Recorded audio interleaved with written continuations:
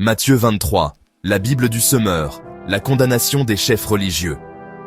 Alors Jésus, s'adressant à la foule et à ses disciples, dit : Les spécialistes de la loi et les pharisiens sont chargés d'enseigner la loi de Moïse. Faites donc tout ce qu'ils vous disent, et réglez votre conduite sur leur enseignement. Mais gardez-vous de prendre modèle sur leurs actes, car ils parlent d'une manière et agissent d'une autre. Ils lient de pesants fardeaux et les placent sur les épaules des hommes, mais ils ne bougeraient de même pas le petit doigt pour les déplacer.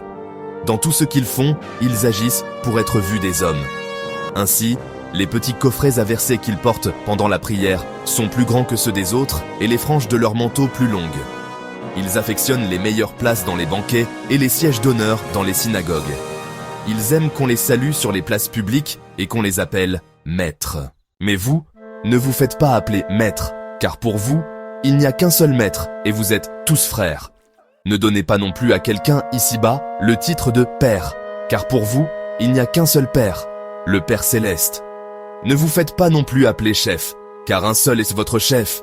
Christ, le plus grand parmi vous, sera votre serviteur, car celui qui s'élève sera abaissé, et celui qui s'abaisse sera élevé. Malheur à vous, spécialistes de la loi et pharisiens hypocrites, parce que vous barrez aux autres l'accès au royaume des cieux. Non seulement vous n'y entrez pas vous-même, mais vous empêchez d'entrer ceux qui voudraient le faire. Malheur à vous, spécialistes de la loi et pharisiens hypocrites, car vous dépouillez les veuves de leurs biens tout en faisant de longues prières pour l'apparence. C'est pourquoi votre condamnation n'en sera que plus sévère. Malheur à vous, spécialistes de la loi et pharisiens hypocrites. Vous parcourez terre et mer pour amener ne fût-ce qu'un seul païen à votre religion, et quand vous l'avez gagné, vous lui faites mériter l'enfer 2 fois plus que vous. Malheur à vous, guides aveugles. En effet, vous dites, si quelqu'un jure par le temple, il n'est pas tenu par son serment, mais s'il jure par l'or du temple, il doit tenir son serment. Insensé et aveugle que vous êtes. Qu'est-ce qui est plus important, l'or ou le temple qui rend cet or sacré? Ou bien vous dites, si quelqu'un jure par l'autel, il n'est pas tenu par son serment, mais s'il jure par l'offrande qui est sur l'autel, il doit tenir son serment. Aveugle que vous êtes, qu'est-ce qui est plus important, l'offrande ou l'autel qui rend cette offrande sacrée? En fait, celui qui jure par l'autel, jure à la fois par l'autel et par tout ce qui est dessus. Celui qui jure par le temple, jure à la fois par le temple et par celui qui y habite. Celui qui jure par le ciel, jure à la fois par le trône de Dieu et par celui qui y siège. Malheur à vous, spécialistes de la loi et pharisiens hypocrites. Vous vous acquittez de la dîme sur la menthe, l'anis et le cumin, mais vous laissez de côté ce qu'il y a de plus important dans la loi, c'est-à-dire la justice, la compassion et la fidélité. Voilà ce qu'il fallait pratiquer, sans négliger le reste.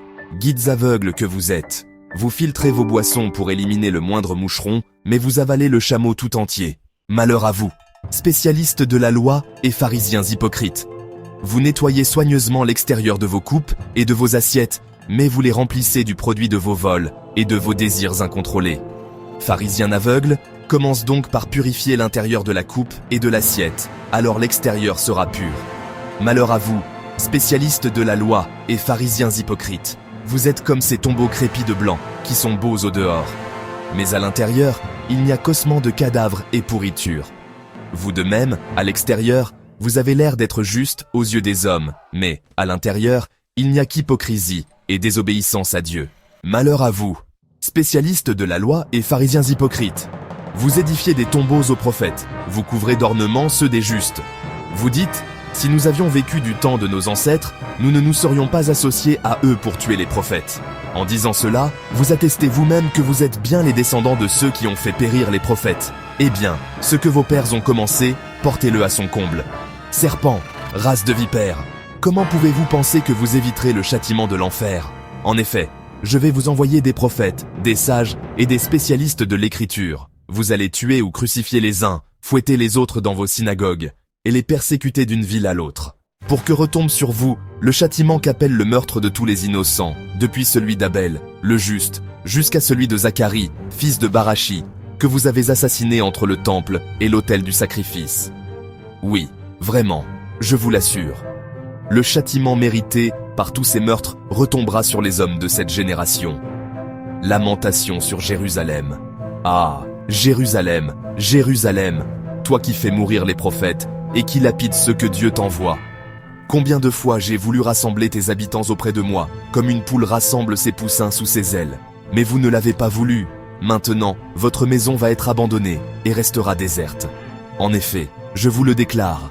Désormais, vous ne me verrez plus jusqu'à ce que vous disiez « Béni soit celui qui vient au nom du Seigneur ».